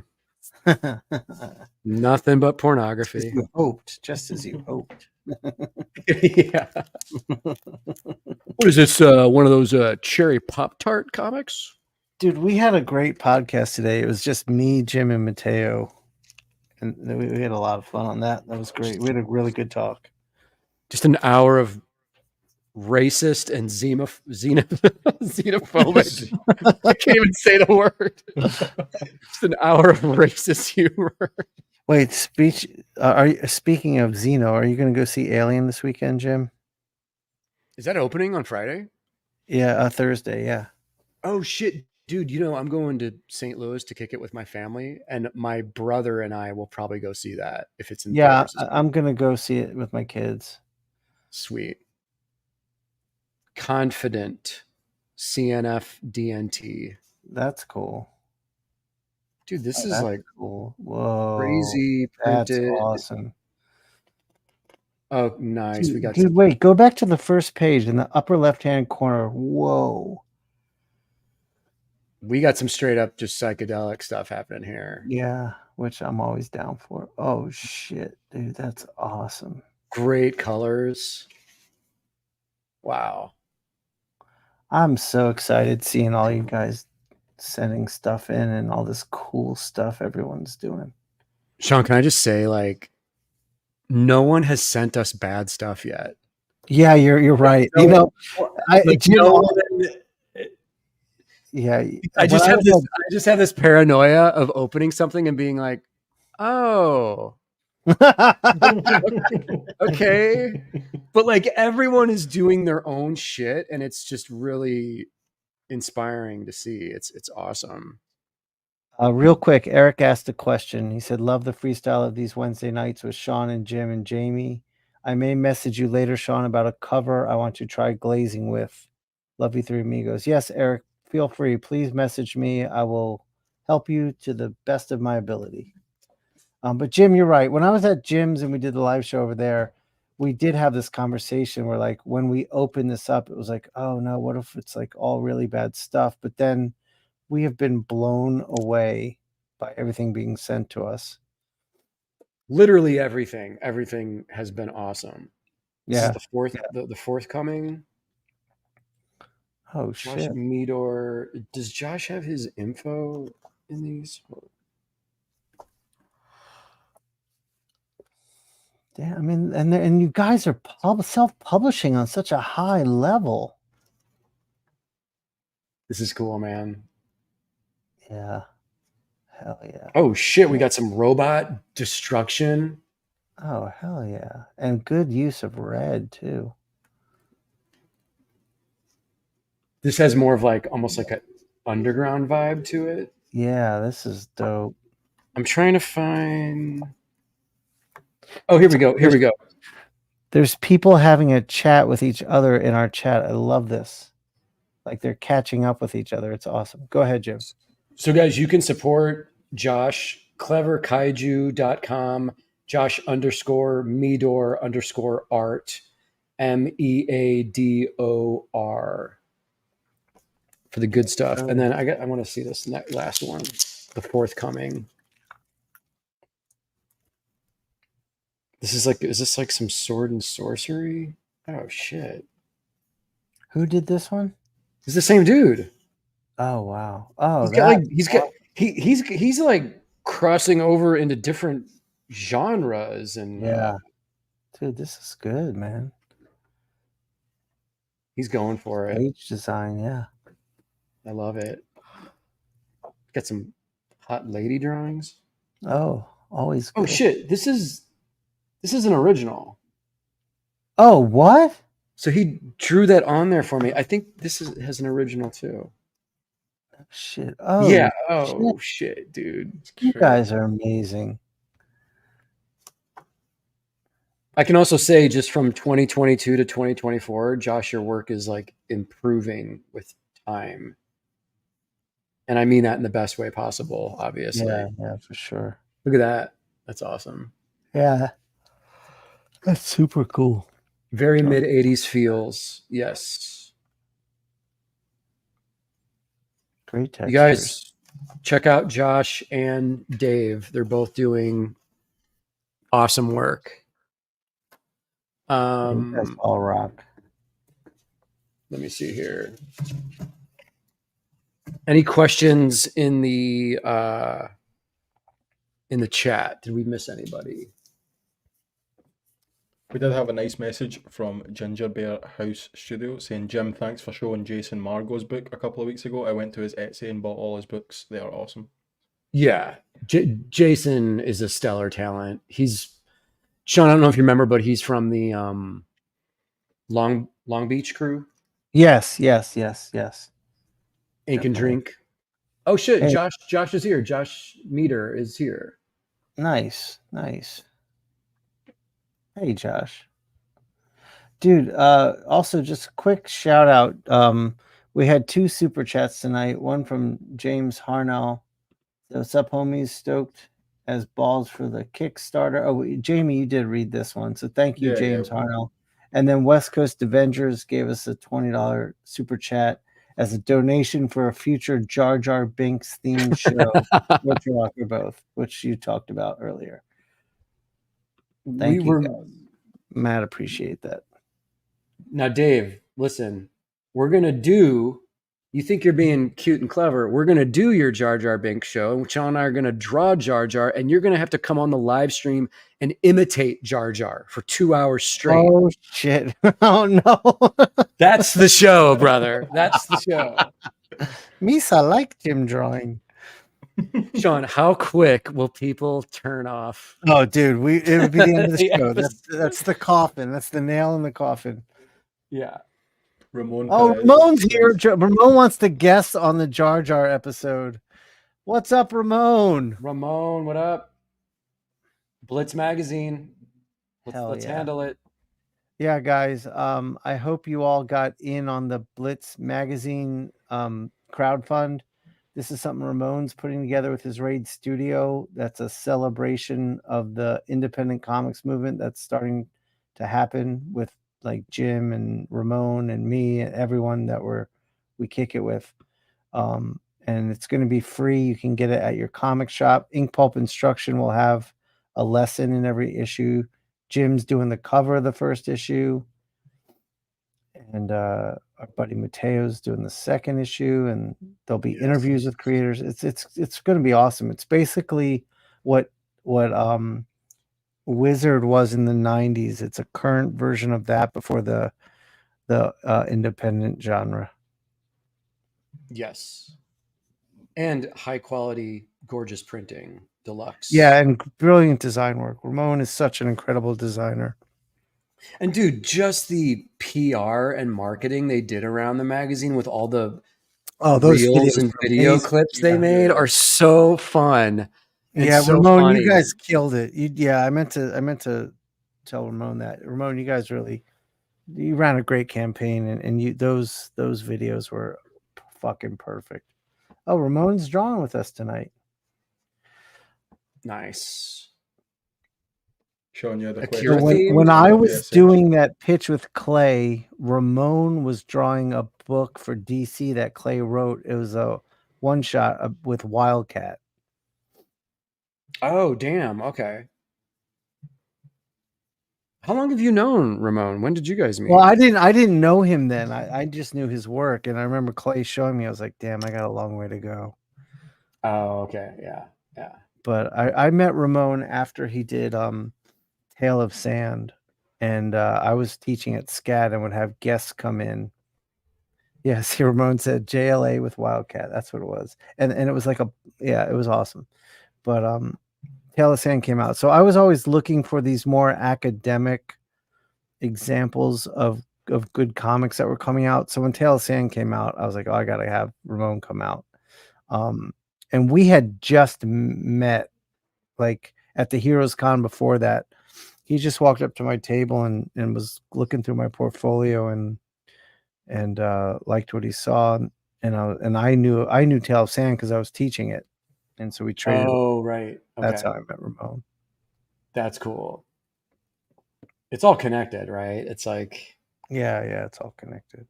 eventually everyone meets each other. Oh, Ramon just said he did a Hawaiian Dick piece for that same anthology that I was in. That's right. That's right. My little short story. Was it What's the other Hawaiian question? Dick? No, you go. Oh, go ahead, Jamie. No, go, Jim. It's all good.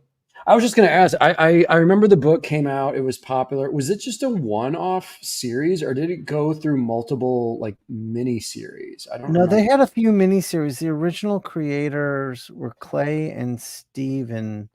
And Steven was an Australian artist, and he was one of the first like all digital artists. Like, but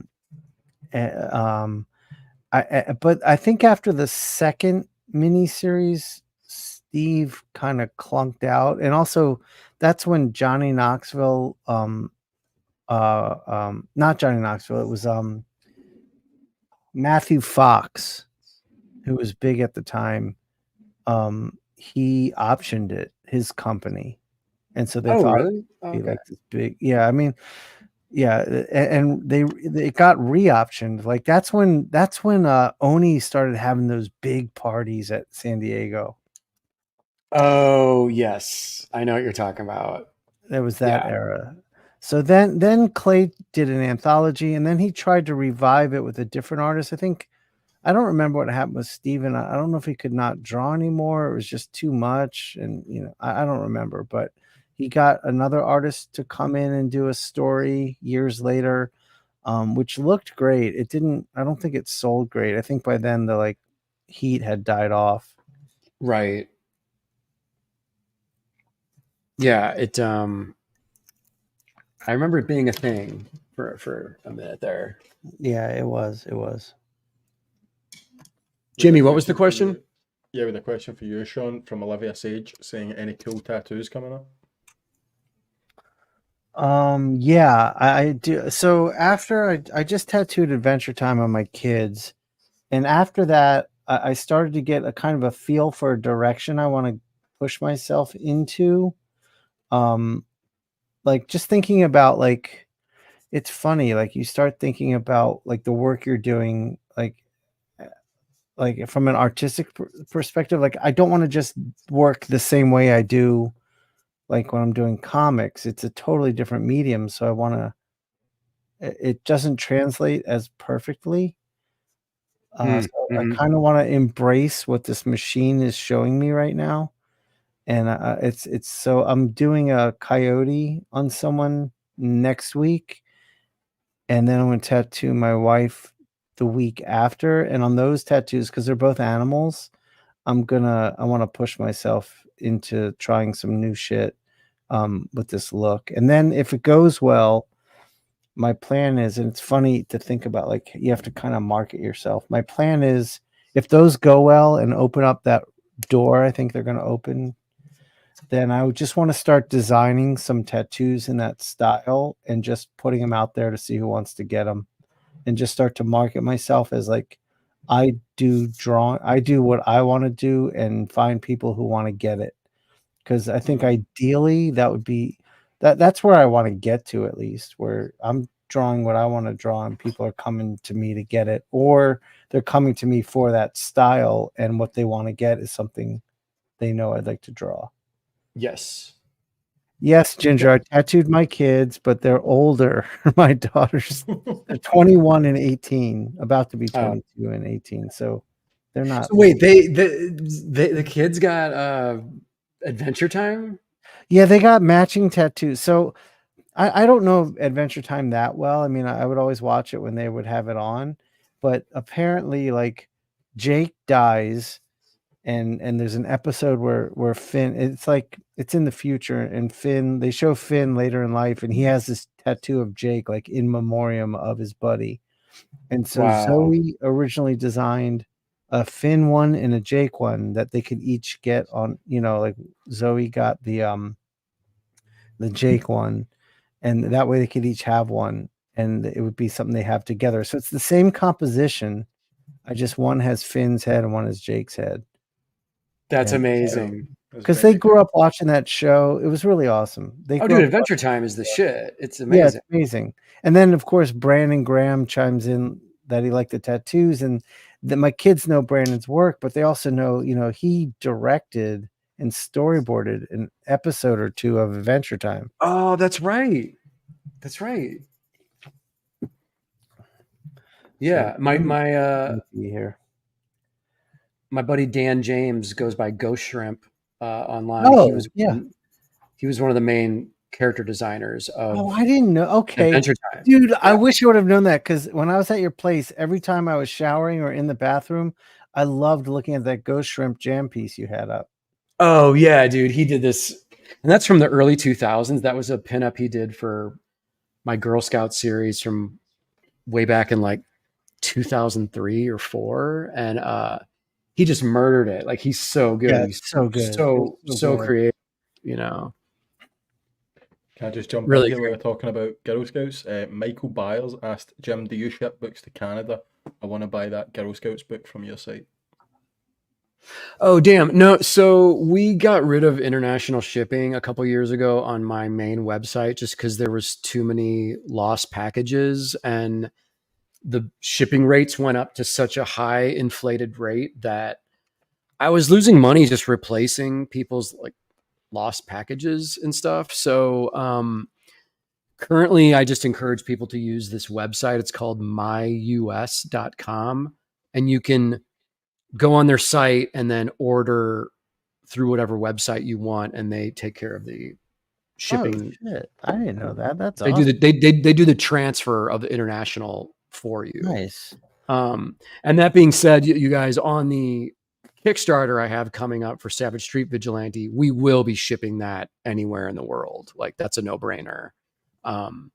So my buddy Ross, who's helping me run my campaign, he had to do all this diligent work and figure out like all the weights and shipping costs of everything. But we definitely want anybody in the world to be able to access that book and support the Kickstarter. So you got to ship international, man, and you got to figure out all that stuff, Jim, that looks amazing. That piece. It looks so good.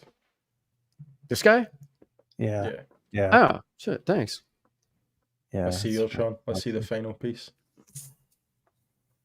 It looks awesome. Yes. So good. Dude, just the straight cartooniness of that face is fantastic. Thank y'all. Hell yeah, man.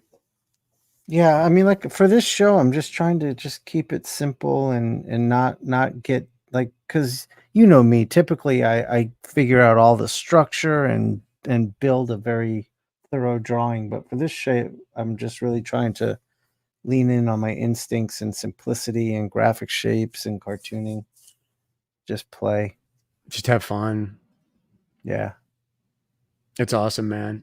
Sean, do you before we bounce out of here, do you have anything to plug? I already did my website, so I think that's really about it. Anybody have any questions? We're at the 2-hour mark. Yeah, right? yeah, we're at 2 hours. Oh, Holy 1:30. shit, that just went by. God damn. Dude, that went by so fast. Guys, I'll do another plug for my other YouTube show, Trash Movie Bonanza. Check us out on Chris Pierce's Pros and Cons page. Chris also hosts Comic Tropes. We have an episode coming up that's so awesome. Speaking of street vigilantes, we reviewed Savage Streets with Linda Blair from The Exorcist, Oh, and no. which is a ridiculous, raunchy, amazing, sleazy 1984 revenge movie. And then Death Wish 3 with an Oh my aged God. with Sean, a very old Charles Bronson. Bronson running through the fake streets of New York, just brutally murdering street punks. It's ridiculous. That sounds And awesome. Jamie, I know that you had to like watch the footage from that movie, so I'm sure. It was very fun. I'll tell you that. I'll leave it Yeah, there. it is a preposterous movie, but yeah, you guys, that's sort of it. Thanks as always for joining us. All right, guys. Thank you for the super chats. Thank you, Jazzy Jamie, for being here and controlling and monitoring everything with your Thank you supreme guys for skill. having me. Thank you, And Sean. we'll As be always. back in 2 weeks for the king's birthday. King Kirby, baby. That's going to be a big one. And then I get on a plane the next morning and fly to Atlanta for And then the week after that, we'll do it live from Atlanta. So we got a lot of shows coming up. I think we're doing 4 in a row or 3 in a row because I'm going to Italy. So we're doing like the 28th, the 1st, maybe it's 3 in a row. I think we're doing. Yeah, we're going hard because we want to keep the momentum going. Absolutely. And we just want to keep people excited and engaged. And we got stuff to promote too, dude. We got to like pimp our shit, man. Hell yeah. We got to build the community. Yes. Yes. That being said, we love you guys. Yes. I'm going to make a delicious chicken pot pie for dinner. Oh, now I'm hungry. And Jamie, it's 4 a.m. for Jamie. Jamie's going to bed. Jamie's about to see the sunrise. Yeah. Jamie's surprised he's still awake. Yes. Thank you, Jamie. A pleasure as always, guys. We good to go? Yes. Yes. Thank Take care, you guys. all. Thanks, everyone. Thanks you. everybody for watching. Peace.